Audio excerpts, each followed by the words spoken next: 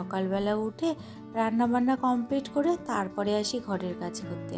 আর আমি যখন উঠি তখন তো রাই ওঠে না, আমি ওঠার 1 ঘন্টা পর ও ওঠে, তাই আর বিছানা আর তোলা হয় না। দেখো এই জামা কাপড়গুলো সব শুকিয়ে গেছে, তাই ভাবলাম ভাঁজ করে জায়গাটা জায়গায় রেখে দিই। বিছানা ঝেড়ে জামা কাপড় গুছিয়ে এখন ঘর দরজা ঝাড় দেবো। রান্নাঘর তো পুরো পরিষ্কার করে এসেছি, তারপরে ঘরটা মুছবো, মুছে স্নান করব। রাই বেরিয়ে যাওয়ার পর সারাটা দিনই আমি একা একা থাকি, তার জন্য আর খুব তাড়াহুড়ো করে কাজবাজ করি না, কারণ কাজ করতে করতেই সময় কেটে যাবে, আর বসে থাকলে পরে সময় কিছুতেই কাটতে চায় না। তাই তাড়াতাড়ি আর কাজ করি না, আস্তে ধীরেই কাজ করি। শীতের বেলা তো দেখতে দেখতেই বেলা চলে যায়। এখন বাজে রাত্রি 9টা, আসলাম একটু মাংস রান্না করতে। আজ বানাবো চিকেন স্টু।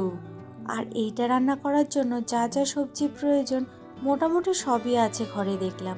তাই ভাবলাম শীতে তো এই খাবারটা খেতে বেশ ভালোই লাগে, তাই রাতে এই খাবারটাই করছি। একটু গোটা গরম মশলা দিলাম, আর সাদা তেলে করব, কিন্তু বাটারে করে, কিন্তু আমি সাদা তেল দিয়ে করব। বাটার আবার আমার খেতে একদম ভালো লাগে না, তাই বাটার দিয়ে করলাম না।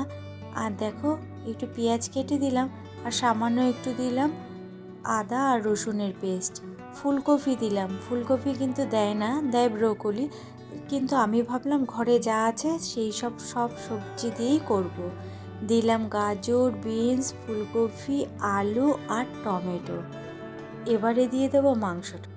মা ঢালতে গিয়ে পড়েই গেল। চিকেন স্টু খেতে শীতকালেই বেশি ভালো লাগে, আর সেটা গরম গরম খেতেই ভালো লাগে। তাই একটু রাত্রি করে করলাম, যে খাওয়ার টাইমে করলে গরম থাকবে। আর এদিকে দেখো মাংসের মধ্যে লবণও দিয়ে দিয়েছি। আর প্রেশারটা মনে হচ্ছে ছোট হয়ে গেছে, ঠিক মতো নাড়াতেই পারছি না।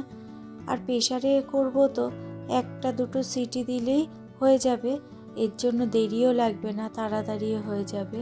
দিয়ে দিলাম কটা কর্ন ছিল ফ্রিজে, সেই কর্ন কটাই দিয়ে দিলাম, আর দিলাম গোলমরিচের গুঁড়ো দিয়ে ভালোভাবে নাড়িয়ে চাড়িয়ে নেব।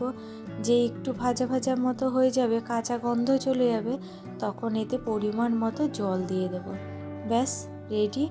1 সিটি কি 2 সিটি পড়বে, তারপরেই নামিয়ে দেব।